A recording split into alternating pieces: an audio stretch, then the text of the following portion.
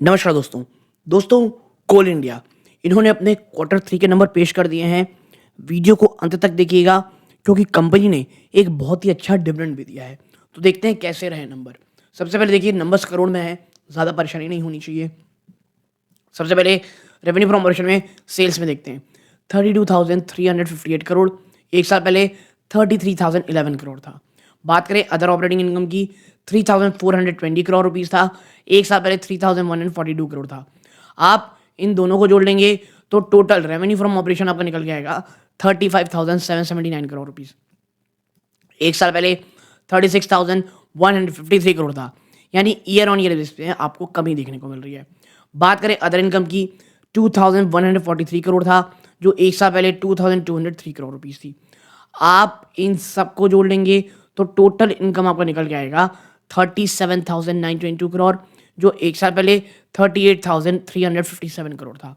अब ये आप देखेंगे तो पाएंगे क्वार्टर ऑन क्वार्टर तो ठीक ठाक जंप है, बट ईयर ऑन ईयर आपको यहाँ पर गिरावट देखने को मिल रही होगी।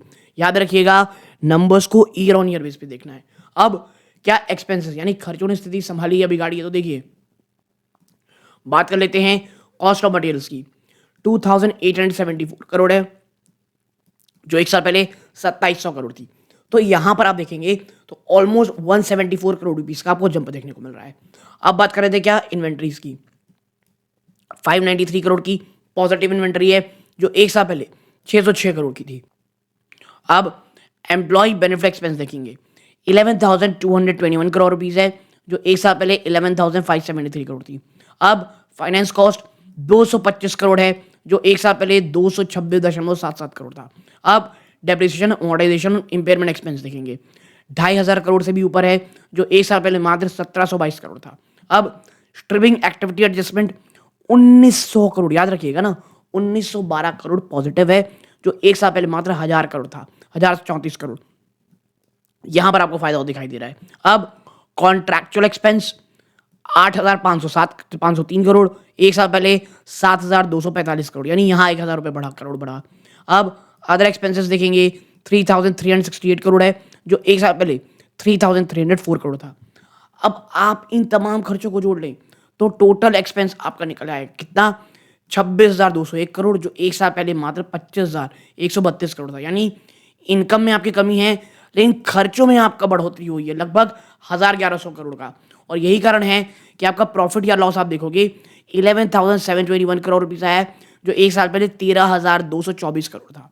और पिछले क्वार्टर में 8,016 करोड़ था, वहां से तो जंप आया। लेकिन भाई इस समय तो बहुत भयानक गर्मी थी, ठंडी हुआ करती थी, ठीक है, और बारिश का सीजन था, तो ये यहाँ पर छोड़ दीजिए। ईयर ऑन ईयर देखना है तो आपको कमी देखने को मिल रही होगी। और यही कारण है कि जब हम भाई साहब टैक्स को जब जोड़ लेते हैं ना, टैक्स एक्सपेंस को, तो फिर प्रॉफिट फॉर द पीरियड आपका निकल के आता है 8,491 करोड़, ठीक है, जो एक साल पहले कितना था 10,291 करोड़। अब आप सोच रहे होंगे ये और ज्यादा क्यों गिरावट हो गई। डिफर्ड टैक्स में आप देखेंगे 262 करोड़ रुपीस दिया गया है, और करंट टैक्स में 3,038 करोड़ रुपए दिया गया है। अब टोटल कॉम्प्रिहेंसिव इनकम आपका 8,491 करोड़ आया। यही कारण है कि जब हम इसके ईपीएस में जाते हैं ना 1 मिनट, तो आप पाते हैं कंपनी ने जो डाइल्यूटेड ईपीएस दिया है 13 रुपए 80 पैसे दिया है, जो एक साल पहले ना 16 रुपए 64 पैसे था। यानी यहां पर आपको बढ़ोतरी देखने को मिल रही है।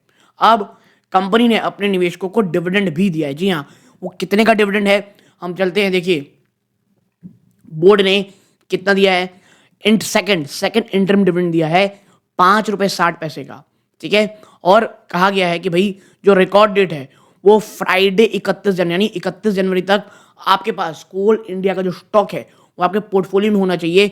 ये इसकी रिकॉर्ड डेट दी गई है, ठीक है।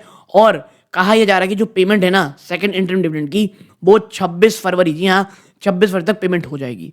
तो 5 रुपए 60 पैसे का आपको कंपनी डिविडेंड भी दे रही है। तो एक छोटे से एनालिसिस आप लोगों के साथ शेयर करनी थी। वीडियो अच्छी लगी हो लाइक करके चैनल सब्सक्राइब जरूर कीजिएगा। ये सूर्यकांत है, जय हिंद।